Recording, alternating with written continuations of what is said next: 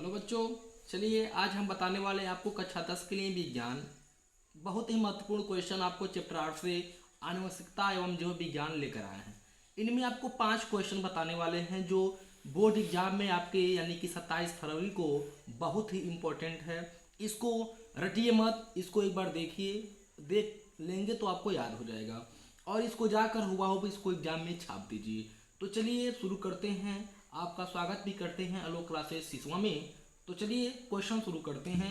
देखिए कक्षा 10 विज्ञान टारगेट 95+ है। चैप्टर 8 से आनुवंशिकता एवं जैव विज्ञान एक ही वीडियो में पूरा खत्म। रामबाण साबित होने वाला है कल 27 फरवरी के एग्जाम में आपको, और 100% बोर्ड परीक्षा में आते हैं। एनसीईआरटी बुक से लिया गया है। देखिए पहला क्वेश्चन कह रहा है बच्चों कि जीवाश्म क्या है समझाइए। उत्तर कैसे लिखेंगे आप ध्यान दीजिएगा, बस मेरे साथ आप पढ़ते रहिए, आपको याद हो जाएगा। मेरा वीडियो शुरू से लेकर अंत तक जरूर देखें, आपको इस चैप्टर का पूरे के पूरे इंपॉर्टेंट यानी कि महत्वपूर्ण जो क्वेश्चन आंसर है आपको याद हो जाएगा। तो चलिए बच्चों, जीवाश्म क्या है समझाइए। जब कोई मृत जीव होता है यानी कि मरा हुआ जीव है तो उसके शरीर में कुछ भाग आसानी से अपघटित हो जाते हैं और कुछ भाग अपघटित नहीं होते। जब यही अपघटित भाग कीचड़ मिट्टी को मिल जाते हैं, यानी कि कोई जीव है मर गया है और मरने के बाद से वह क्या हो गया है, कीचड़ मिट्टी में मिल जाता है और लंबे समय यानी कि देर समय के बाद वह कठोर हो जाता है, तो इसी भाग को क्या कहते हैं, इसी भाग को जीवाश्म कहते हैं। अगले क्वेश्चन की बात करते हैं बच्चों, ध्यान दीजिएगा। अगला क्वेश्चन आपको मिलेगा बच्चों, अगला क्वेश्चन आपको कहता है कि समजात तथा समरूप अंगों को समझाइए। देखिए बच्चों, ये आपका वीवीआई क्वेश्चन होने वाला है क्योंकि वेरी इंपॉर्टेंट होने वाला है। कह रहा दूसरा क्वेश्चन बच्चों, समजात तथा समरूप अंगों को समझाइए। तो दो आपको है, एक समजात है एक आपको समरूप है। तो पहला समजात अंग हेडिंग डाल के लिखेंगे बच्चों, वे अंग जो संरचना एवं उद्भव में तो समान हो लेकिन देखने में तथा कार्य करने में परस्पर भिन्न हो, यानी कि यह देखने में और कार्य करने में दोनों में इनका समान हो, बराबर ना हो। जैसे उदाहरण के लिए चिड़िया हो गई, व्हेल हो गई, और व्हेल में मछली यानी कि कोई भी मछली आपको दिखाई देते हैं, व्हेल की परस्पर समान दिखाई नहीं होती। दूसरे की बात करें बच्चों तो समरूप अंग इसकी हेडिंग है। या क्या होता है, इसी का ठीक उल्टा होता है समजात का। वे अंग जो संरचना में तो समान हो, बनावटी में समान हो यानी कि बनाए हो समान हो, तो परंतु उनका उद्भव भिन्न भिन्न अंगों से हुआ हो, ऐसे अंग क्या होते हैं बच्चों, ऐसे अंगों को हम बोलते हैं समरूप अंग। अब देखते हैं बच्चों कि इनके उदाहरण क्या होते हैं। इनके उदाहरण समरूप अंग के उदाहरण होते हैं बच्चों चमगादड़, काकरोच और आदि होते हैं। ऐसे जो चमगादड़ काकरोच होते हैं इन जीवों को क्या बोलते हैं बच्चों, समरूप अंग बोलते हैं। अगले क्वेश्चन की बात करें बच्चों, क्वेश्चन नंबर तीसरे की अगर बात करें बच्चों तो क्वेश्चन नंबर तीसरा कहता है कि जीन क्या होते हैं, जीवधारियों में कहाँ पाए जाते हैं। जीन क्या है और जीवधारी में कहाँ पाए जाते हैं। तो देखिए उत्तर कैसे लिखेंगे बच्चों, कोशिका के केंद्रक में उपस्थित गुणसूत्रों की लंबाई में अनेक सूक्ष्म रचनाएं क्रमबद्ध, यानी कि जो गुणसूत्र होता है इनकी लंबाई जो सूक्ष्म यानी कि छोटी जो रचना होती हैं इनके क्रम में बद्ध रूप में स्थित पाई जाती हैं। इन संरचनाओं को यानी कि रचनाओं को जीन कहते हैं। क्वेश्चन नंबर अगर चौथे की बात करें बच्चों तो क्वेश्चन नंबर चौथा मेरा है कि क्रोमेटिन क्या होता है, एक नंबर में आता है बच्चों। तो इसको लिखेंगे उत्तर, कोशिका के केंद्र में पाए जाने वाला जैव पदार्थ क्रोमेटिन कहलाता है।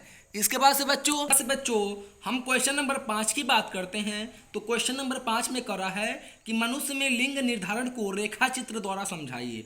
मनुष्य में लिंग निर्धारण यानी कि परिवर्तन किस प्रकार होता है, इसको रेखा चित्र द्वारा समझाना है बच्चों। देखिए उत्तर कैसे लिखेंगे बच्चों, इसको आप वीवीआई क्वेश्चन ही मान के चलिएगा क्योंकि एग्जाम में बिल्कुल आने वाला है। आपको वेरी इंपॉर्टेंट यानी कि सबसे महत्वपूर्ण क्वेश्चन आपका होने वाला है।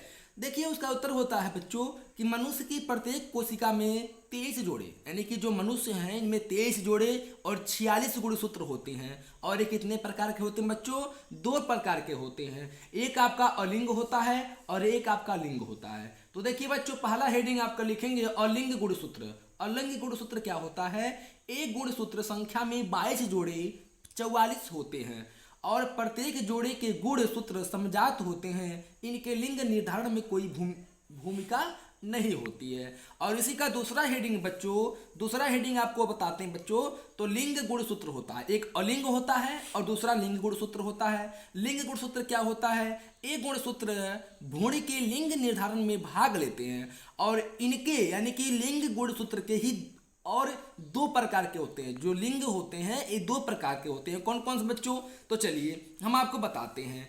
आपके जो लिंग गुणसूत्र होते हैं ये दो प्रकार के होते हैं। इनमें पहला होता है एक्स गुणसूत्र और दूसरा होता है वाई गुणसूत्र। एक्स गुणसूत्र और वाई गुणसूत्र क्या है चलिए बताते हैं। पुरुषों में दो प्रकार के शुक्राणु होते हैं। पहला होता है X+22 ऑटोसोम्स और दूसरा होता है Y+22 ऑटोसोम्स। इसके विपरीत स्त्रियों में 23वें जोड़े के अणु गुणसूत्र एक समान होते हैं और X+22 गुणसूत्र ही पाए जाते हैं। और इसके बाद से बच्चों इनमें क्या होते हैं ध्यान दीजिएगा। जो नर होता है यानी कि पुरुष और मादा यानी कि स्त्री, जो नर होता है यानी कि पुरुष होता है मनुष्य, इनमें शुक्राणु की संख्या X+22 होता है और जो मादा होती है यानी कि स्त्री, इनमें अंड कोशिका होती है यानी कि ये X+22 होता है। और मादा और नर को X+22 और X+22 दोनों को मिलाते हैं तो हमारा 22 गुना 44 यानी कि 44 प्लस XA और XA दोनों को XX यानी कि 44 प्लस XX होता है। और इससे उत्पन्न होने वाले क्या होते हैं यानी कि लड़की शिशु पैदा होती है। इसके बाद से बच्चों अगर हम बात करते हैं, आपको छठवें क्वेश्चन की बात करते हैं बच्चों, तो छठवां क्वेश्चन मेरा कह रहा है कि फिनोटाइप एवं जीनोटाइप में अंतर दीजिए। फिनोटाइप एवं जीनोटाइप क्या होता है अंतर? तो फिनोटाइप और जीनोटाइप में आपको लक्षण प्रारूप एक जगह और जीन प्रारूप एक जगह। लक्षण प्रारूप 3 प्रकार के होते हैं और जीन प्रारूप जो होते हैं 3 प्रकार के होते हैं। लक्षण प्रारूप में पहला क्या होता है? लक्षण प्रारूप जीव के विभिन्न गुण होते हैं। जो जीव होते हैं उनके विभिन्न गुण होते हैं। आकार भी होते हैं अलग, अब वो चपटा है कि गोला है पता नहीं है। आकृति में की आकृति कैसी है, गोल चपटा की बात नहीं कर देता आकार बनाने की।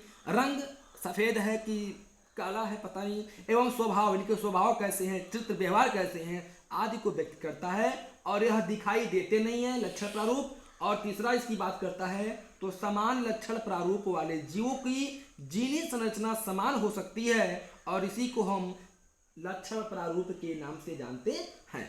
अगर जीन प्रारूप की पहले बात करें तो जीन प्रारूप जीव की जीनी संगठन को व्यक्त करता है जो उसमें भिन्न हो। और जीन प्रारूप की दूसरी की बात करें तो जीन प्रारूप यह है जो दिखाई देने वाला नहीं होता है। और जीन प्रारूप की तीसरी हेडिंग की बात करें पॉइंट की, तो समान जीन प्रारूप वाले जीवों के लक्षण प्रारूप सदैव समान होते हैं।